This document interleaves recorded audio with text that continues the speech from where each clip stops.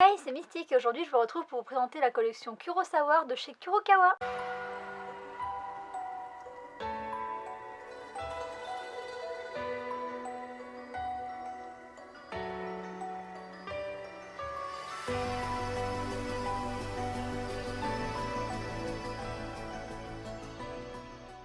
La rentrée est déjà passée depuis quelques semaines, alors moi ça fait bien longtemps que je ne vais plus sur les bancs de l'école ni sur ceux de la fac, mais peut-être que vous avez la chance ou la malchance, ça dépend si vous aimez les cours ou pas, d'être retourné déjà en cours. Ce que je fais normalement au mois de septembre, c'est de vous présenter des mangas qui se passent à l'école, mais cette semaine ça va pas être le cas, je vais vous présenter une collection qui est parfaite pour apprendre des choses. Et comme cette collection de mangas a pour vocation à vous apprendre des choses, eh bien je reste dans le thème de l'école et de la rentrée, mais je vous rassure tout de suite, on n'est pas sur quelque chose de 100% scolaire, on reste dans le domaine du manga et dans le fait d'apprendre en s'amusant, et moi c'est ce que j'aime par-dessus tout. Et on est servi avec cette collection puisque c'était le but de Kurokawa d'allier les mangas et quelque chose d'éducatif. Alors c'est sûr, il y aura toujours des gens qui seront pas intéressés par ce genre de titre, et je comprends, apprendre des nouveaux concepts économiques ou philosophiques ça intéresse pas tout le monde, mais je pense quand même que ça pourra intéresser des personnes qui se seront pas forcément intéressées au sujet avant, parce que c'est vraiment bien fait, bien raconté et c'est très accessible. Démocratiser des grands courants de pensée, c'est l'objectif de Kurokawa, mais à l'origine c'est l'objectif d'une maison d'édition japonaise puisque cette collection est importée du Japon. Cette maison d'édition c'est Kodansha, je suis pas sûre de bien le prononcer, c'est une énorme maison d'édition japonaise, elle fait du manga mais pas que,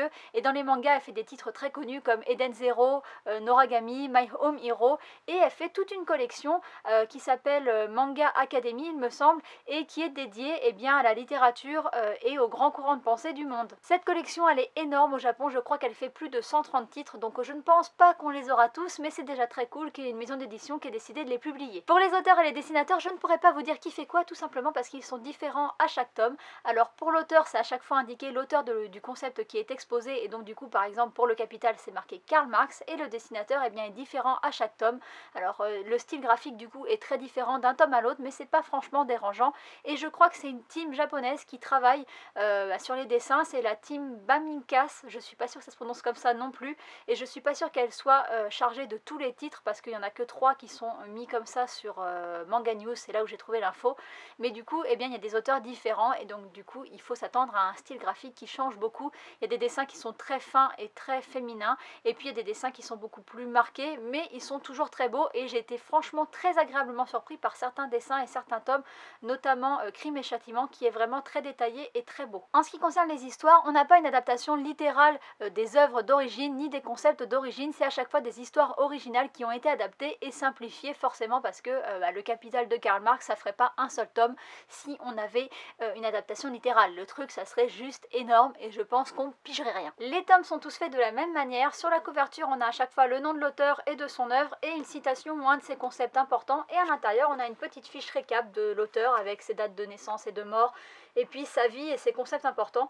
Je trouve ça, c'est très succinct bien sûr, c'est pas beaucoup développé, mais c'est pas mal, ça permet de situer l'auteur avant de lire le manga et de retrouver ses concepts importants si on a envie d'aller plus loin après. Pour le moment il y a 7 tomes de sortie, les 4 premiers sont sortis en septembre 2019, il y avait Ainsi parlait Zarathustra, Le Capital, Psychologie des foules et Crime et Châtiment, et puis les 3 autres sont sortis au fur et à mesure après, et normalement si mes informations sont bonnes, il devrait y en avoir un autre en octobre qui est d'un auteur qui s'appelle Malthus et qui s'appelle Essai sur le principe de population. Et comme je n'ai pas lu le manga et que je ne connais pas du tout cette théorie, je ne pourrais pas vous en dire plus, à part que l'auteur était un révérend économiste, ça fait un drôle de mélange, j'ai hâte de voir ce que ça va donner. La dernière chose que je voulais vous dire avant de passer au résumé de chaque titre, c'est qu'il existe déjà une collection un petit peu dans le même genre qui est publiée chez Soleil Manga et qui a déjà des titres similaires qui sont publiés. Il y a Le Capital et Ainsi parlait Zarathustra.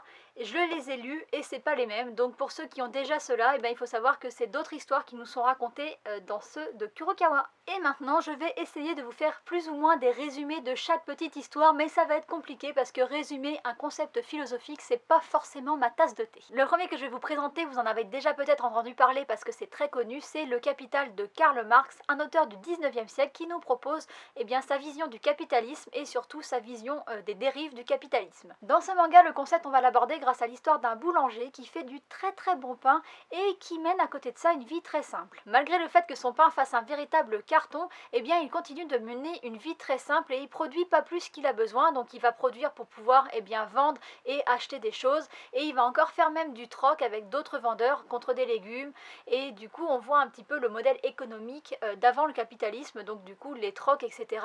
On échange quelque chose d'une valeur contre quelque chose qui a à peu près la même valeur. Notre bon boulanger va revoir un de ses amis d'enfance qui lui est très riche et est très capitaliste, et ce capitaliste va dire au boulanger que il pourrait faire mieux et que s'il développe son activité, il va pouvoir renverser le noble qui exploite tout le monde et qui demande à tout le monde des loyers, etc. et qui maintient les gens dans la pauvreté. Et donc le capitaliste va dire au boulanger, développe ton activité et on va tellement la développer qu'on va pouvoir renverser ce noble et le faire dégager. Vous connaissez peut-être certains concepts de Marx, puisque Marx est communiste, et donc du coup il y a toute cette notion de lutte des classes. C'est pour ça qu'on a un boulanger issu du prolétariat qui va essayer de renverser un noble, mais bien sûr ça va pas se passer si facilement, et on va voir toute une histoire qui va se construire, et ça va permettre d'exposer tout plein de concepts du marxisme, et c'est vraiment très intéressant, très bien fait. Et moi j'ai fait une fac d'éco et un bac éco avant, et du coup bon, j'ai mis 4 ans à avoir mon DUG, donc j'ai du coup fait 4 ans d'économie, même si ça équivaut à un DUG, mais c'est des théories que j'avais déjà vues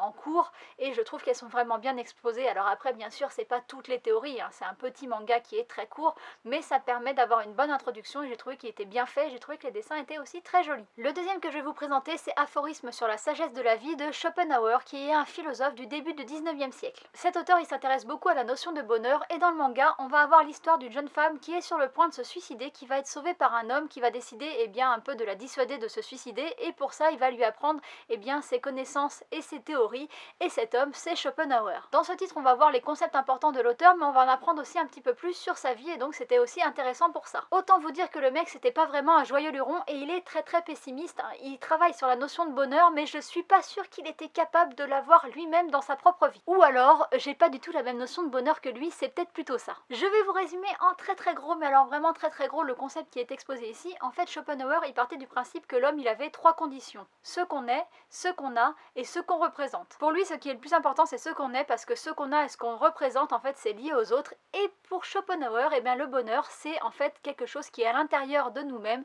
et qui se trouve dans la solitude. Je vous l'ai dit, j'ai résumé vraiment en très gros sa théorie, mais je pense qu'il m'en voudra pas, puisque il était connu aussi pour avoir démocratisé la philosophie et avoir résumé des concepts très compliqués pour les rendre accessibles à un plus grand nombre. D'ailleurs, c'est ce que signifie le mot aphorisme, c'est un bref énoncé résumant une théorie ou un savoir, donc du coup, il est connu pour ses aphorismes, et il est connu aussi pour toute sa théorie sur le bonheur. Et surtout, je vous laisse lire le manga pour avoir un meilleur résumé que ce que je viens de faire, parce que, je l'ai déjà dit, mais c'est pas du tout ma petite tasse de thé de résumer des concepts philo. Et je passe au suivant, qui est Ainsi parlait Zarathustra de Nietzsche, qui est aussi un philosophe du 19e siècle et qui est un disciple de Schopenhauer. Une des phrases les plus connues de Nietzsche, c'est Dieu est mort, et donc du coup le concept qui est présenté dans ce manga tourne autour de ça et de l'existence ou non de Dieu.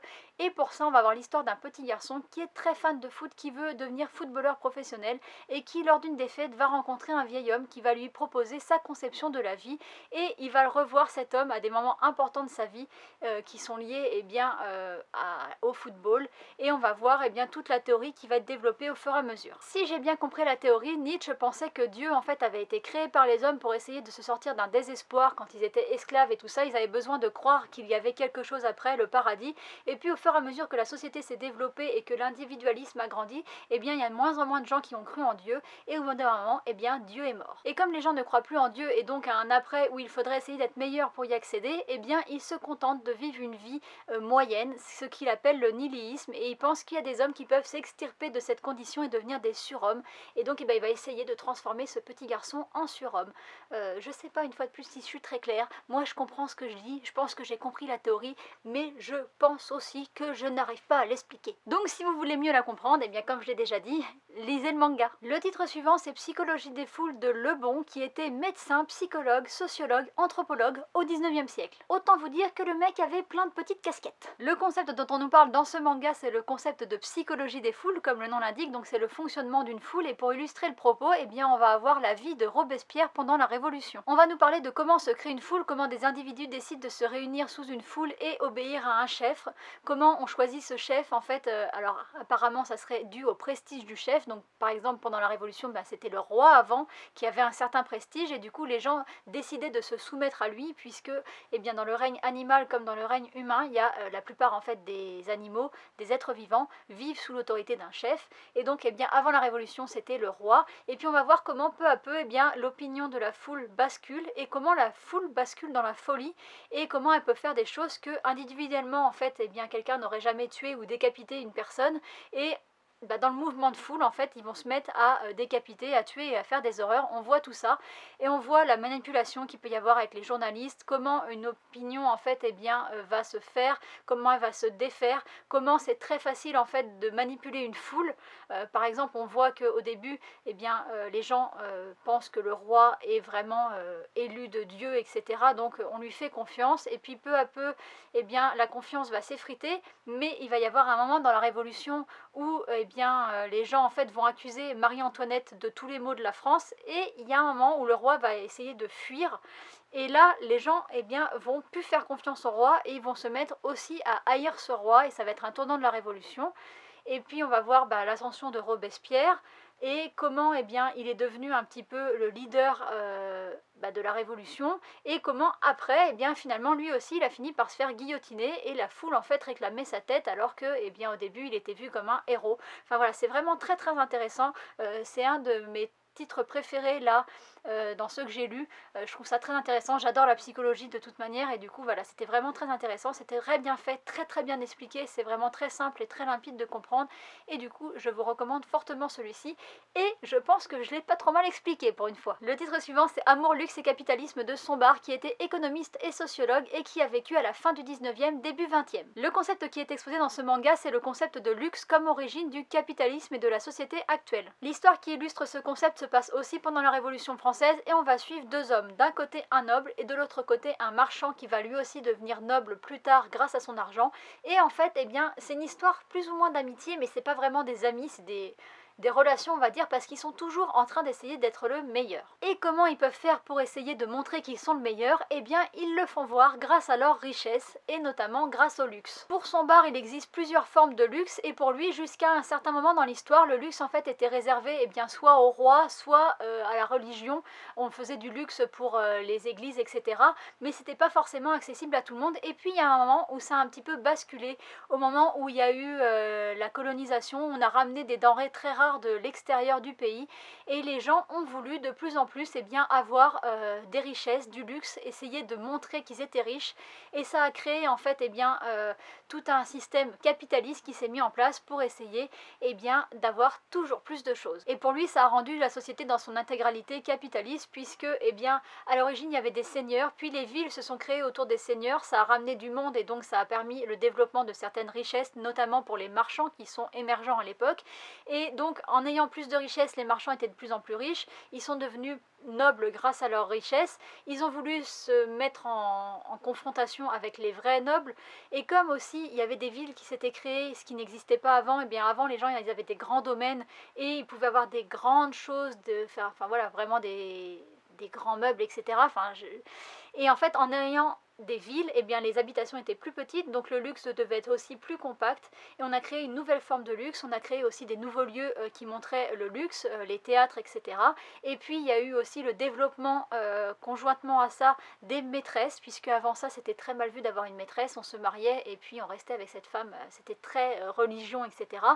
Et au moment en fait aussi de ce développement, il y a eu le développement des maîtresses, et donc les femmes eh bien, demandaient aussi de plus en plus de choses à leur... je sais pas comment on dit, est-ce que c'est pas leurs amants du coup, mais aux hommes avec qui elles étaient, pour montrer qu'elles étaient bien vues. Les courtisanes, elles voulaient toujours être les meilleures courtisanes aussi, donc du coup tout ça, ça a fait qu'il y avait beaucoup plus de robes qui étaient vendues, de bijoux, de meubles, etc. Fallait toujours plus montrer qu'on était riche, qu'on était de la noblesse, et donc du coup il y avait tout un commerce qui s'est créé. Bon, ça a aussi créé du coup des grosses inégalités, puisque les riches eh bien, dépensaient toujours plus d'argent au détriment des pauvres qui étaient vraiment démunis, et donc c'est ça le capitalisme. Comme je vous l'ai dit avant, il y a la lutte des classes, etc.